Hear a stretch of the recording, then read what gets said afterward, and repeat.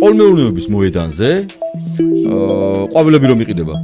პარკინგი როა მიწის ქვეშ, პირიმზის წინ.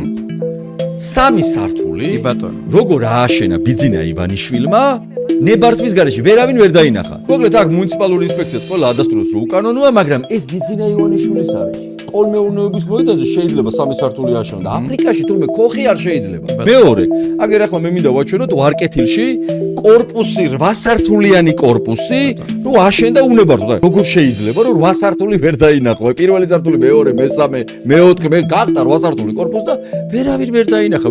ჩვენგან აქიდან რომ გაივლე, ესე იგი ნაციონალური მოძრაობის ცენტრალური ოფისიდან არის სავაჭრო მოდუსი. კი ბატონო. რკინიგზის მიმდებარე ტერიტორიაზე ფაქტობრივად ახლოსვე რამდენიმე მეტრი. შეზღუდვის ზონა. უამრავი შეზღუდვა. ის აფრიკის დასახლება აქიდან არის ზუსტად ალბათ 20 მეტრში რო გადადიხარ ლიანდაგებს, ეგრეთ წოდებული აფრიკა იწყება რა.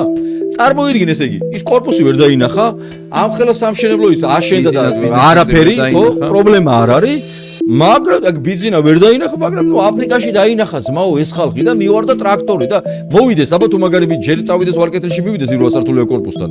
და ისეთ ანდეოს პირები არიან ამასთან უფრო მოვლენ ტრაქტორით ისენი ვიდრე ეს მივეხა იმათთან კორპუსთან ტრაქტორით. აბა მოდუსში, მოდუსთან მოვიდეს, ან ბიძინასთან მივიდეს თუ მაგარი ბიჭია პირიმზესთან, აბა ტრაქტორი.